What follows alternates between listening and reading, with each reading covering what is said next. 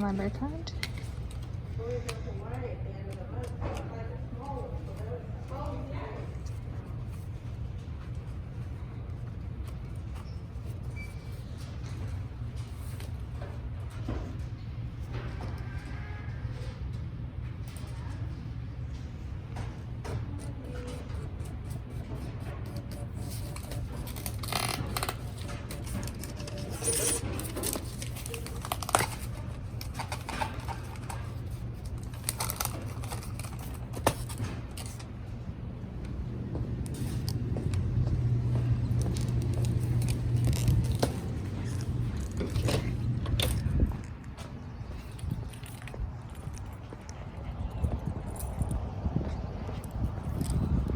So what's on my watch list this week?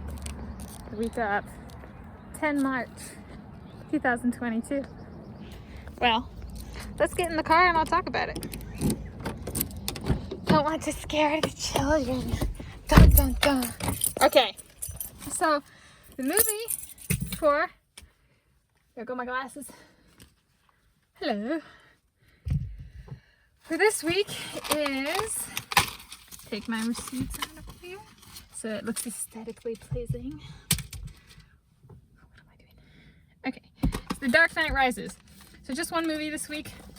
This one is a special one because it overlaps. So I've mentioned in a previous video, actually a previous movie watch list video.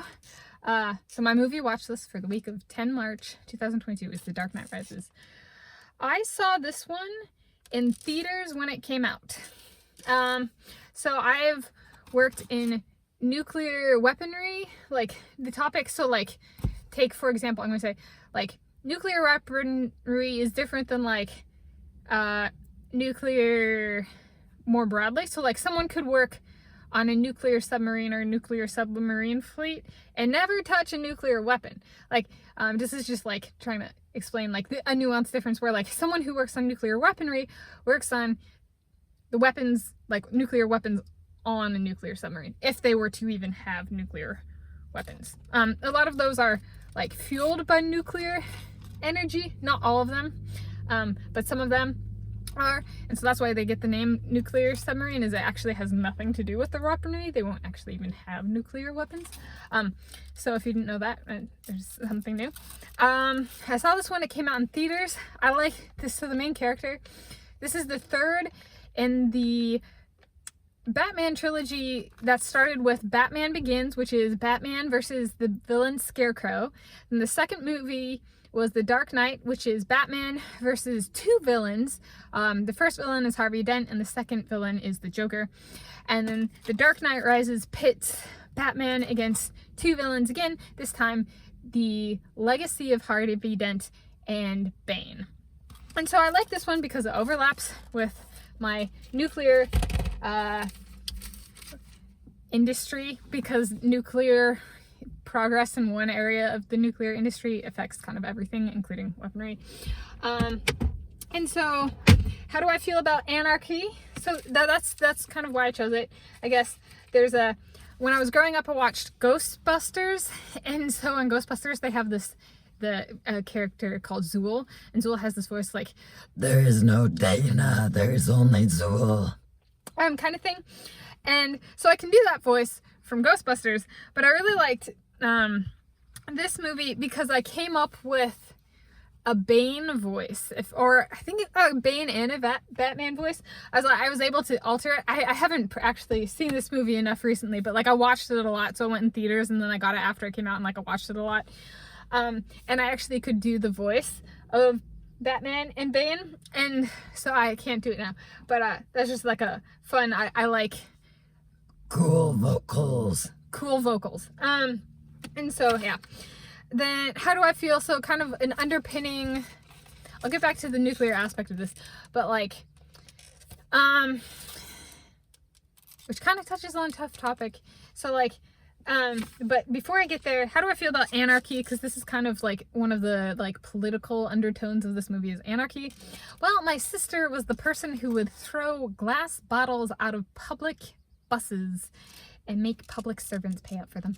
So like, I'm not unfamiliar with anarchy. That's my sister's kind of thing. So yeah, she'd get really drunk. She drank a lot. She'd get really drunk, and then she'd throw bottles off of buses in Seattle. Her and I are very different.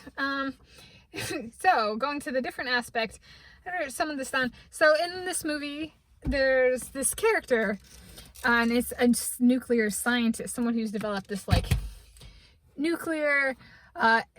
It's a nuclear weapon, but because nuclear overlaps to kind of all aspects of the nuclear industry, it's really nuclear energy. It's supposed to be like for good, but it can be used for bad, which is actually true in the nuclear industry, which is like it's part of why the industry doesn't progress very fast, is people are like, I don't want that on my hands. Like, yeah. So like, it's actually a rather comedic industry to kind of like work in. Like, people have really good personalities. And like are like genuinely good people, which is like, somehow the filtering process turns out good people, which I would say is actually a really good thing. So this gets into, I've worked on nuclear weaponry. We can say just the nuclear industry kind of more broadly. I have work experience in the nuclear industry. How does that affect me and my ability to travel? So there's this set of laws called export control laws, and because my work is primarily intellectual property, like when something is brought into physical reality, the ownership transfers. So like, I'm not in the possession of nuclear physical stuff. So if I were to travel, it's not really a problem because I'm not taking nuclear stuff with me. Where it might be a problem is intellectual property, because like I have a know-how, and that's what this movie is getting at. It touches on that really tough topic of this guy came up with this nuclear thing that only he knows how to do, which is actually, because the nuclear industry is so small, it's actually a very real thing. However, it actually ends up keeping each of us safe because the know-how gets broken down enough that each person has a little bit of a know-how. So if somebody tries to abduct me because of my know-how, which actually happened in South Africa, well, that's great, but you need 5 other people to put it together. Like, there's a safety component that goes into this industry that, like, this doesn't get right. But, like, you could say, okay, devil in the details, what if I were to figure out what the other 4 people did, right? Like, the other 4 people who are needed. Or one of the other 4 people figured out what, like, I had done, that kind of thing. So it gets at that problem, which is, like, an ongoing problem.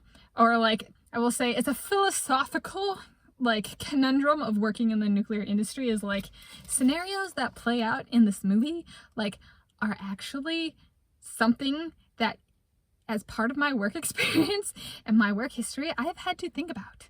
And like, I can't just erase the know-how. So there's this ongoing, so like someone's tried to abduct me, but like more recently, like what happened. And it's like, I went to Scotland, and like, I don't like how to phrase this. It's like, I got a military escort, which in the past I've said is like me tweeting angrily on Twitter because of like the airline was having problems. But these people were like armed, and it was a military escort, and they had like, what did I call them? They were like sniper rifles, meet AK-47, something like, it was not an AK-47. They did not have AK-47s.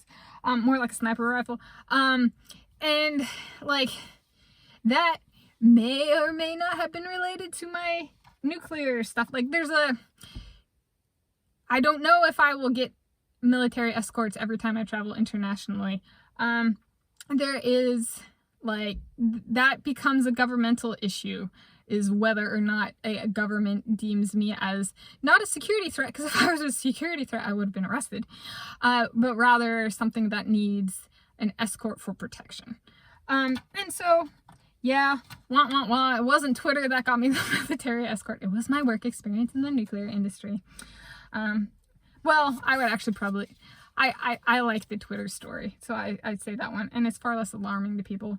And then, like, can you trust me? If I'm, like, in a random conversation, I think there's, so something that comes up in the nuclear industry that might not be like a social conversation that's had very often, is like, in this movie, there's this person who only knows how to do, like, is the only person who knows how to do something. What if you're in a conversation and that person all of a sudden unloads what they know how to do?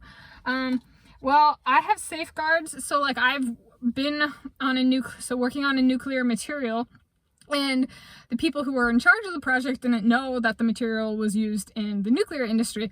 And I was like, would you like me to continue? Would you like me to share what I have learned? Would you like me to continue this research? And it was earth science research, and they were like, no. Like, so we just kind of like shut down. They didn't ever learn what I had learned because they said no. It's not something that I'm going to go around blurting out what I know. That's just not safe for anybody. Kind of thing.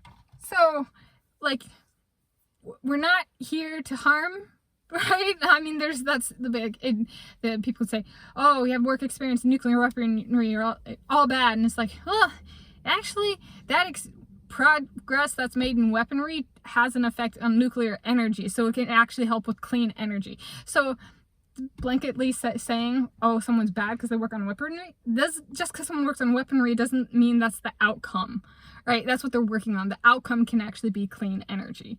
So just like, some people don't understand that or don't take the time to think it through. But that's kind of my, yeah, that's my 2 cents on this, and like how it relates to me. It's a really great movie if you work in the nuclear industry, for just like a starting point on the philosophy and working through like some of the ethical problems that one might encounter with working in the nuclear industry.